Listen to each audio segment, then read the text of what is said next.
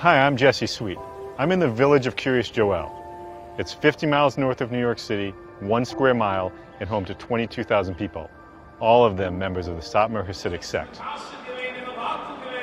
I became interested in this topic about 8 years ago when I moved to Crown Heights, a largely Hasidic neighborhood in Brooklyn, and I had mixed feelings about my neighbors.